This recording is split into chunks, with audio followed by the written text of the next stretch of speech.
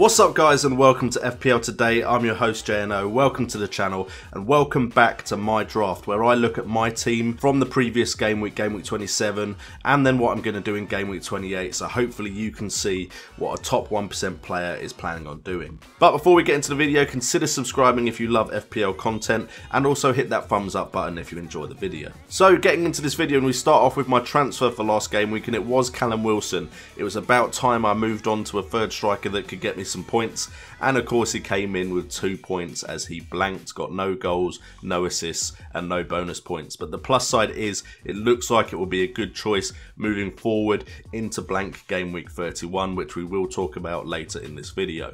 Fortunately for me, however, there were some good performances. The biggest performance coming from Mohamed Salah, getting 13 points, and as I captained him, I got 26 points with 1 goal, 1 assist and 2 bonus points. Mohamed Salah, if I just captained him all season, I'd be even higher in the ranking than I currently am. And Roberto Firmino also came in with a good score of 12 points with 1 goal and 1 assist as well, with 3 bonus points. So both of them being very good at Liverpool options for me recently, and Liverpool of course being one of the teams that can be vital to our season because of the blanks and the double game weeks coming up.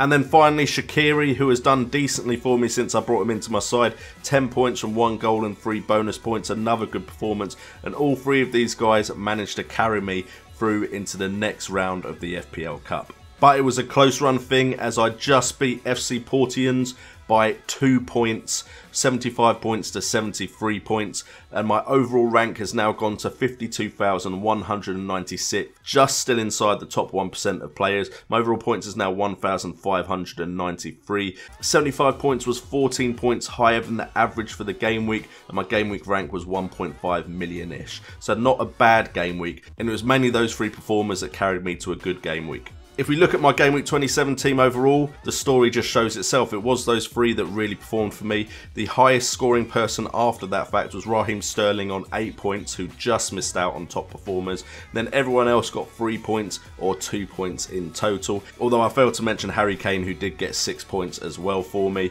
Not too bad an overall performance though for the game week, and I'm looking to set myself up now for the blanks and double game weeks. If I was to make no transfers, this would be my team for game week 28, although I do have 2 transfers saved for preparing for the double and blank game weeks. I probably will just carry over 1 until just before game week 31. But my game week 28 team, if I wasn't to make any transfers, would be Nick Pope in goal against Southampton. We've got Otamendi against Arsenal, Duffy against Swansea, and me against Southampton. Now, Otamendi is at risk of getting taken out because I could save some money with him and use it elsewhere. Man City don't seem to be getting clean sheets recently.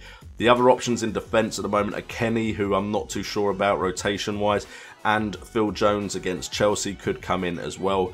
But both Jones, Otamendi could be moved for other options going into the blanks and doubles. And then we've got Sterling, Shaqiri, Salah and Lingard. Liverpool players of course safe for the blank game week, so Salah and Firmino definitely aren't going anywhere till then. Sterling against Arsenal could be a good game that Sterling gets some points in. Shaqiri has earned his place into my side and is staying there for now. Lingard is probably the next one out along with Richarlison. I keep saying those 2 are going to be out soon, and they keep somehow surviving because of my plans for the future. But they are on their last legs. Lingard against Chelsea and Richarlison against Everton. But it's the Liverpool players that look very good here. Salah and Firmino against West Ham at home. I'm hopeful of points there, although the West Ham fan in me actually wants West Ham to do well in this game. So a high scoring West Ham win would be good here. Callum Wilson against Newcastle, I've got hopes there for the Bournemouth striker at home. And then Harry Kane against Crystal Palace away. Again, high hopes for some points from this one. And hopefully I can continue in the FPL Cup.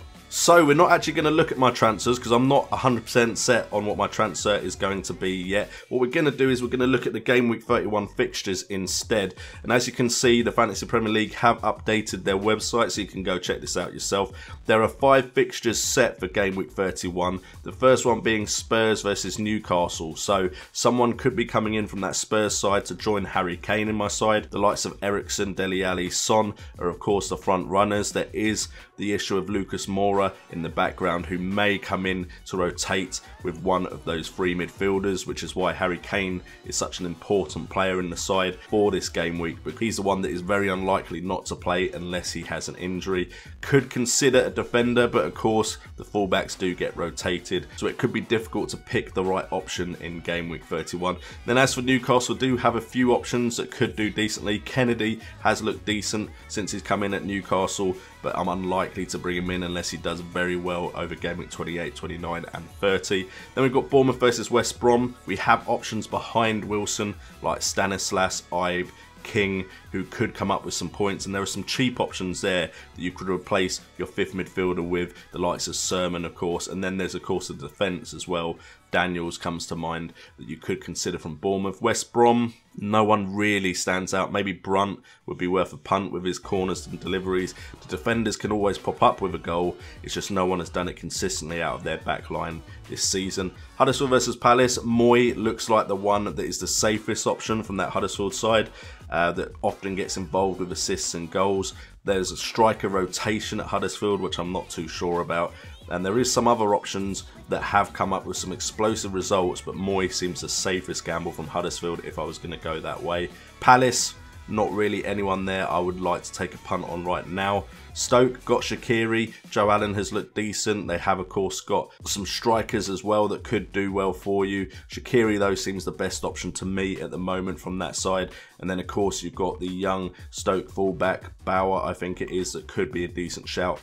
Everton, Theo Walcott has looked decent in some games, but it then went quiet a little bit. So Theo Walcott could come up with some points. Sigurdsson started getting on the score sheet and getting some points as well. Niasse, but there's rotation risk with Niasse.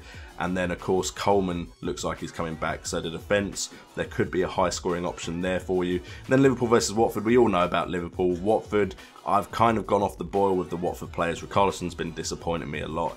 Deulofeu looks the best option to me. There are other players there that can get points, but there's no one I'm really confident in. So that's kind of how I'm looking at the transfers at the moment. Anyway guys, thank you so much for tuning into this episode. As always, if you've enjoyed it, again, please hit that like button. It helps the channel out so much. And subscribe if you enjoyed this video. I've been JNO, this has been FPL Today, and remember, it's all about the game. Oh, by the way, I should be streaming hopefully Wednesday and Thursday night for you guys if you've been waiting for the streams.